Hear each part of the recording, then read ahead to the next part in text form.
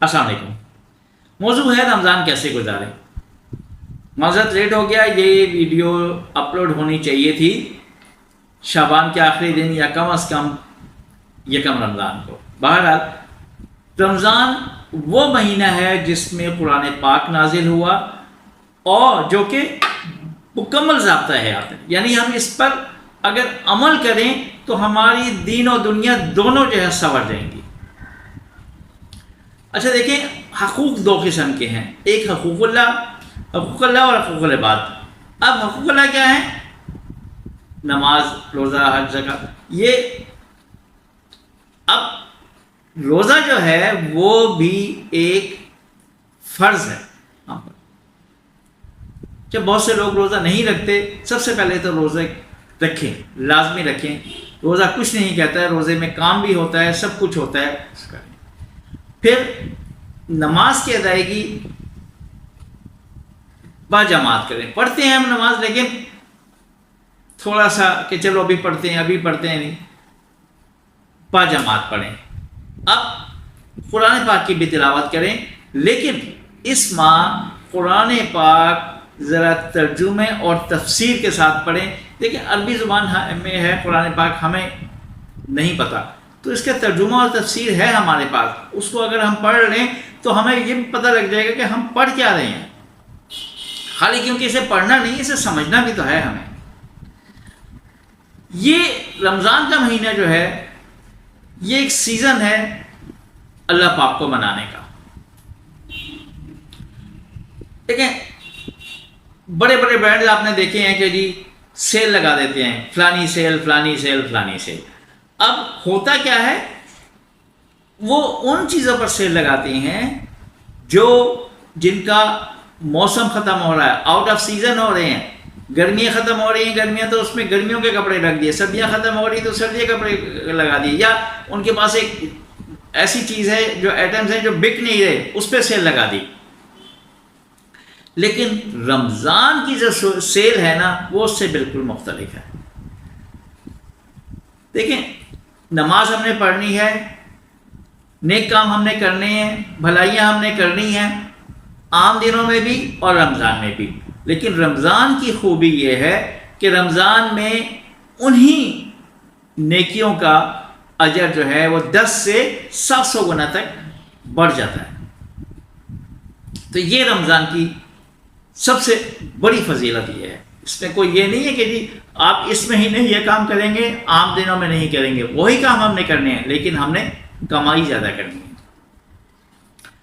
اس کا مطلب کیا ہوا کہ یہ رمضان جو ہے ہمیں ایک موقع دے رہا ہے کہ ہم اپنے نیکی کے پلڑوں کو بھاری کر دیں، ہماری نیکیاں بڑھ جائیں. اور دوسری سائڈ پہ اپنے ہم جب گناہ بخشوائیں گے تو ہماری جو برے کام ہے اس کا پلڑا ہلکا ہو جائے. یہ سمجھ کے اس رمضان میں لوٹ سیل کر لیں. رات کو کیا ہوتا ہے رمضان میں؟ عام طور پہ یہی ہم نے دیکھا ہے کہ بھئی خاص کر نوجوان نسل، کرکٹ ہے، گیمز ہیں، سوشل میڈیا ہے. تو اس کا مطلب یہ ہو کہ ہم اس لوٹ سیل سے فائدہ نہیں اٹھا رہے. جبکہ جب یہاں پہ کوئی اور سیل لگتی ہے ہم کیسے دوڑتے جاتے ہیں، بھاگ کے جاتے ہیں، لیکن ہم اس طرف نہیں آتے. تو ہمیں یہ چیزیں چھوڑ کر صرف اللہ کی رضا حاصل کرنی ہے، ہمیں اس کے پیچھے لگ جائیں. ہوتا کیا ہے، شروع میں تو سب جاتے ہیں، مسجدیں بھی بھری ہوتی ہیں. جیسے جیسے رمضان کم ہوتا جاتا ہے پھر قطاریں کم ہوتی جاتی ہیں. اس کو تھوڑا سا ہمیں اوائڈ کرنا ہوگا تاکہ ہم زیادہ سے زیادہ نیکیاں کمائیں، اپنے گناہ بخشوائیں، کیونکہ اصل زندگی وہ ہے جس کے لیے ہم نے اصل رہنا ہے. اچھا دیکھیں آج کل جتنی مہنگائی بڑھ رہی ہے نا، سب جانتے ہیں. اب ہر چیز جو ہے ہماری اپروچ سے باہر ہو گئی ہے. ہماری دسترس میں کوئی چیز اب نہیں رہی، ایون کہ روٹی نہیں رہی. کتنے یہ بازار لگ رہے ہیں آٹے کے لیے، آٹے سستا آٹا مل رہا ہے. اب فری آٹا مل رہا ہے اس میں اموات بھی ہوئی. کیوں؟ کیونکہ لوگ کیوں جا رہے ہیں؟ نہیں لے سکتے اس لیے جا رہے ہیں. تو سب سے پہلے کوشش یہ کریں کچھ راشن نکالیں اس مہینے اور ایسے لوگوں کو دیں جن کی دسترس سے باہر ہیں. اچھا، اس میں بھی سب سے پہلے آپ نے اپنے ارد گرد کے لوگ، رشتہ داروں کو دیکھنا ہے، پھر آپ نے آگے دور جانا ہے. یہ نہیں کہ آپ دوسرے کے محلے میں تو جا کے دے دیں اور اپنا محلہ ہم چھوڑ دیں، یا اب دوسروں کے رشتہ داروں کو دے دیں ہم اپنے رشتہ داروں کو چھوڑ دیں. اس طریقے سے آپ نے بڑھنا ہے، آگے جائیں، لیکن پہلے یہ، اس کے بعد سٹیپ بائی سٹیپ ہم نے آگے جانا ہے.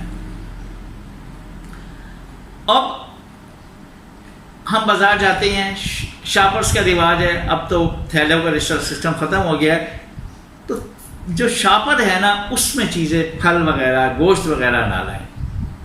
ایک تھیلا کپڑے کا سیئیں اور وہ لے کر جائیں. اس کی وجہ، جب ہم بازار جاتے ہیں چیزیں لاتے ہیں تو باہر دنیا ہوتی ہے. ایسے لوگ بھی ہوتے ہیں جو خرید سکتے ہیں، ایسے لوگ بھی ہوتے ہیں جو خرید نہیں سکتے.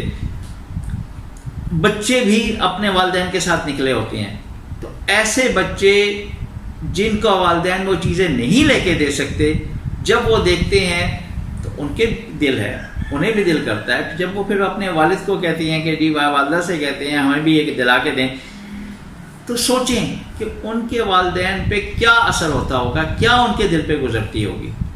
تو کوشش یہ کریں کہ چھپا کر لائیں. دوسری، پھر جب اللہ نے توفیق دی ہے، اللہ نے ہمت دی ہے، تو اللہ یہ بھی سے یہ دعا کریں کہ اللہ ہمیں اس بات کی بھی توفیق دے کہ ہم جو لائے ہیں اس کو ہم بانٹے بھی، ایسے لوگوں کو دیں جو نہیں افورڈ کر سکتے، نہیں کھا سکتے. دیکھیں بہت سے لوگ ایسے ہیں کہ جو کسی کے آگے ہاتھ نہیں پھیلاتے، رات کو بھوکا سونا پسند کریں گے لیکن کسی کے آگے ہاتھ نہیں پھیلائیں گے. ایسے لوگ تلاش کریں، ملتے ہیں. فقیروں کو چھوڑ دیں، گداگرا کو چھوڑ دیں، ایسے لوگوں کو تلاش کریں، پہلے حق ان کا ہے آپ انہیں دیں. اور یہ صدقہ جاریہ میں آتا ہے. صدقہ جاریہ تو پھر ہمارے جانے کے بعد بھی ہمارے ساتھ رہے گا، تو یہ کوشش کریں. اچھا، اب جو لوگ خاص کر وہ کہ جو سگریٹ نوشی کرتے ہیں یا نسوار ہے یا نئی نسل گٹکا، وہ تو ان کے تو غصے کی حالت بہت ہی بری ہوتی ہے. ان کا تو غصہ بس چاہے باہر ہو یا گھر میں ہو، غصہ ہی غصہ ہوگا. تو اس غصے میں آدمی اول فاول بھی نکال دیتا ہے. تو جو اول فاول نکالتا ہے اس سے ہم گناہگار ہوں گے، ہمیں کچھ بھی حاصل نہیں ہوگا. تو جیسے ہی رمضان میں نیکیاں بڑھتی ہیں تو گناہ کا بھی پھر کیا حال ہوگا. تو کوشش یہ کریں کہ اپنے غصے کو کم کریں. اس میں گھر میں جو خواتین ہیں بیچاری لگی ہوتی ہیں افطاری میں، فرمائشیں جو ہوتی ہیں شوہر نامدار کی ہے بچوں کی، تو آپ being a head of the family آپ نے بچوں کو بھی سمجھانا ہے کہ نہیں بیٹا تھوڑا تھوڑا بس اتنا بن گیا کل کے لیے. دیکھیے وہ بھی تو انسان ہیں، روزے کی حالت میں پکاتی. یا تو پھر آپ ان کے ساتھ ہاتھ بٹائیں تاکہ وہ تھکان ان کی نہ ہو. جب وہ تھکیں گی وہ بھی عبادت کیسے کریں گی؟ عبادت آپ نے بھی کرنی ہے تو انہوں نے بھی کرنی ہے نا. تو تھوڑا سا اس بات کا تھوڑا سا دھیان رکھیں. اچھا، ایک بات اور کہ غیبت جو ہے نا اللہ تعالیٰ نے منع کیا ہوا ہے. غیبت کیا ہے؟ مردہ بھائی کا گوشت کھانا. تو غیبت سے پرہیز کریں، چاہے وہ ہمارے عزیز رشتہ دار ہوں یا کسی غیر کے بارے میں آپ بات کر رہے ہیں. اب کیا آج کل کیا ہے؟ آج کل تو یہ ہے جہاں محفل ہوئی بیٹھ گئی، کیونکہ حالات ایسے ہیں، مہنگائی ہے، سب کچھ ہے، سیاستدانوں کو برا کہنا شروع کر دیتے ہیں. سیاستدانوں کو بھی برا نہ کہیں، کیونکہ دیکھیں وہ جو کر رہے ہیں نا ان کو پوچھنے والا اللہ ہے. ہم ان کی بیک بائٹنگ کر رہے ہیں، اس سے ہمیں کچھ نہیں حاصل ہو رہا، ہمیں نقصان ہو رہا ہے، ہمیں اس کا نقصان ہوگا، کیونکہ اللہ تعالیٰ نے اسے منع کیا ہے، تو اس چیز سے بھی رکے رہیں۔ اچھا، کبھی آپ نے غور کیا کہ جب ہم سڑک پہ جا رہے ہوں، ڈرائیونگ کر رہے ہوں، یا کوئی بھی آدمی بائک پہ جا رہا ہو یا کوئی گاڑی چلا رہا ہو، تو ہوتا کیا ہے، اکثر یہ ہوتا ہے کہ جی کوئی آدمی ہم سے آگے نکل گیا تو ہمیں ایک جوش چڑھتا ہے کہ بھائی یہ کیوں ہم سے آگے نکلا، یہ کون آتا ہے، اس کے باپ کی سڑک ہے، ہم بھی گاڑی تیز کر دیتے ہیں۔ تو ہمیں اس رمضان میں نا یہی اصول اپنانا ہے، یہ روڈ کا اصول چھوڑ دینا ہے، وہ اچھا نہیں ہے، وہ نقصان دیتا ہے۔ یہی اصول اپنانا ہے کہ ہم نے نیکیوں میں سبقت لے کے جانی ہے، نیکیوں میں ہم نے آگے جانا ہے۔ تو اس میں کوشش یہ کریں کہ جو بچے ہیں نا گھر میں، ان کو انعام دیں، کہیں بھی جس نے زیادہ قرآن پاک ختم کیے اس کو یہ انعام ملے گا، دوسرے نمبر پہ آئے گا اس کو یہ انعام ملے گا، اور انہیں انعام دیں۔ مذہب یہ بھی کہتا ہے کہ جو آپ نے بچوں سے ایک دفعہ بات کر لی وہ آپ کا وعدہ ہے اور آپ نے انہیں دینا ہے، وہ نہ دیں۔ اس سے کیا ہوگا کہ بچے قرآن پاک کی طرف خود ہی راغب ہوں گے، یہ ان میں ایک عادت پڑ جائے گی، پڑھیں گے وہ پھر۔ اب فالتو کام اپنے چھوڑ دیں، واٹس ایپ کم کر دیں، ٹک ٹاک کو بالکل چھوڑ دیں۔ اپنا جو ٹائم ہے نا ہمیں لگانا چاہیے عبادات، کیونکہ یہاں ہمیں جگہ جگہ بینر نہیں نظر آ رہے، لیکن ہمارے بینر یہاں آویزاں ہونا چاہیے کہ جی سیل لگی ہوئی ہے، لوٹ سیل ہے، نیکی کماؤ اور اپنے گناہ مٹاؤ، دونوں چیزیں ہیں اس میں۔ تو اس لیے ہمیں کوشش یہ کرنی چاہیے کہ بس صرف کمائی کریں۔ کون سی؟ پیسہ نہیں، پیسہ تو کل بھی آ جائے گا، پھر آ جائے گا، یہ مہینہ کچھ پتہ نہیں ہے کہ جی ہم اگلے سال ہوں گے بھی کہ نہیں ہوں گے، صرف یہ سوچیں، کیونکہ دیکھیں زندگی موت تو کسی کا پتہ نہیں، بچہ بھی پہلے جا سکتا ہے، بوڑھا بھی پہلے جا سکتا ہے، تو اس کو سوچیں کہ جی اگلا سال ہمیں پتہ نہیں نصیب ہوتا ہے یا نہیں ہوتا، ہم نے اس میں کمائی کرنی ہے۔ دیکھیں جب اکثر کیا ہوتا ہے، ہمارے کوئی مہمان آ گیا، جب مہمان آ جاتا ہے نا پھر ہم کیا کرتے ہیں، اس کے لیے بریانی پک رہی ہے اور لوازمات بن رہے ہیں، خوب اس کی آؤ بھگت کرتے ہیں، پھر اسے خوب گھماتے پھراتے ہیں، ہم اپنا خرچہ کرتے ہیں ہم اسے، لیکن اسے ہم انٹرٹین کرتے ہیں کہ یار تھوڑے دن کے لیے آیا ہے، بعد میں پتہ نہیں یہ کب آئے گا، دور سے آیا ہوتا ہے۔ مہمان سے مراد میں اس مہمان کی بات کر رہا ہوں جو دور شہر سے آیا ہوا ہے، مثلا آپ کراچی میں رہ رہے ہیں، پشاور سے کوئی آیا ہے، پشاور سے کراچی فاصلہ ہے، اتنی جلدی جانا نہیں ہوتا۔